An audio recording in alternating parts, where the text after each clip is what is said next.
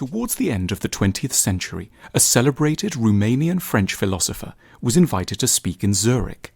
He was introduced with rhetorical pomp and flattering comparisons to the likes of Kierkegaard and Schopenhauer. The speaker smiled and immediately confounded his German interpreter by beginning his presentation with the words, "Mais je ne suis qu'un déconneur," but I'm just a joker. A few of his critics might agree, but they would be very wrong. For Émile Cioran is very much worthy of inclusion in the line of the greatest French and European moral philosophers and writers, of maxims stretching back to Montaigne, Chamfort, Pascal and La Rochefoucauld. Cioran was born in Resinari, Romania in April 1911.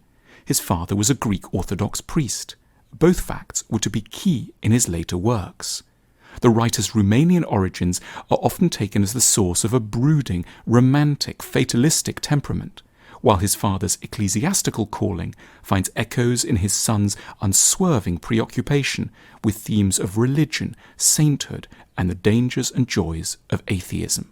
In 1934, at the age of only 23, he published his first book in Romanian, On the Heights of Despair.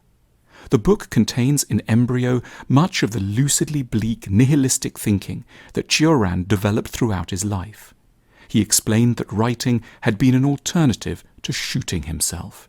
This is an author to read at moments of despair and melancholy. He doesn't depress us, merely makes us feel less alone with our many sorrows. Here is a peek inside his work.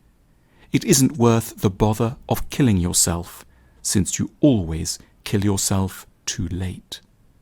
Only optimists commit suicide, optimists who no longer succeed at being optimists. The others, having no reason to live, why would they have any to die?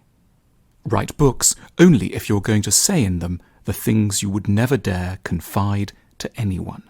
And what do you do from morning to night? I endure myself. 1937 proved a pivotal year for Cioran. He moved to Paris and soon became a French citizen. He never returned to the country of his birth. It was a move that provided him with one more reason to be melancholic: exile. And yet Cioran asserted that anyone who doesn't feel themselves to be in exile has no imagination. Only the village idiot thinks they belong, he noted. Cioran sat out the Second World War in Paris. In its aftermath, he approached the famous publishing house Gallimard with his first work in French, A Short History of Decay, published in 1949. Writing in French was, he said, like writing a love letter with a dictionary. The book became a bestseller, the first in a series of devastatingly wicked and dark texts, composed mainly of aphorisms and tart, short essays. Each of Cioran's titles comes as a provocation or a punch, syllogisms of bitterness, the temptation to exist, and his masterpiece, the trouble with being born. Each book deals relentlessly with themes of illness, death, and suicide. It was a rather touching irony that the author lived to the ripe old age of 84. By the time Cioran died in 1995, he had become a cult in France, attracting the sort of faddish attention he witheringly denounced in his work. Every life, he maintained, is utterly peculiar and wholly unimportant. In the age of Walt Disney, this kind of darkness matters. Cioran's writings belong in the line of those great, aloof, European miserabilists, including La Rochefoucauld, Leopardi, Nietzsche and Samuel Beckett. Like them, he saw civilization as an absurd distraction from the ultimate meaninglessness of existence. Only an idiot could think there is any point to any of this, he insisted. But Cioran always kept his wit and good cheer. One of his greatest sources of sorrow was that he couldn't sleep very well and was often up at 3 a.m. He'd walk around the streets of Paris until dawn. He noted sardonically in The Trouble with Being Born, "What is that one crucifixion compared to the daily kind any insomniac suffers?"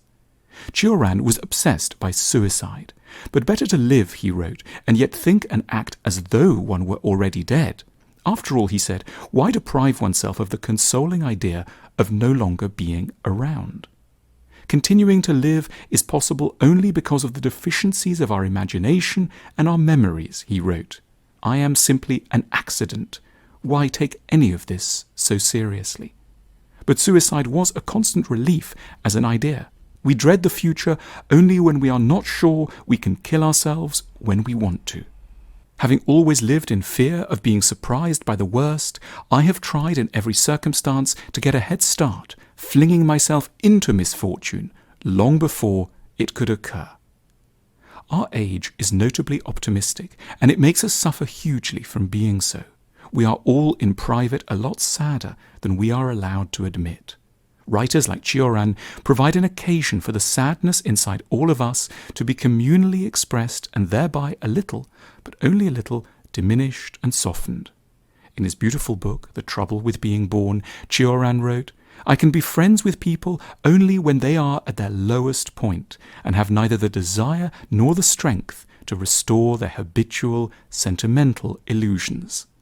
It's precisely in that kind of mood, a mood into which all thoughtful people must probably sink on a fairly regular basis, that we are blessed to find the dark and consoling works of Émile Sيورán waiting for us.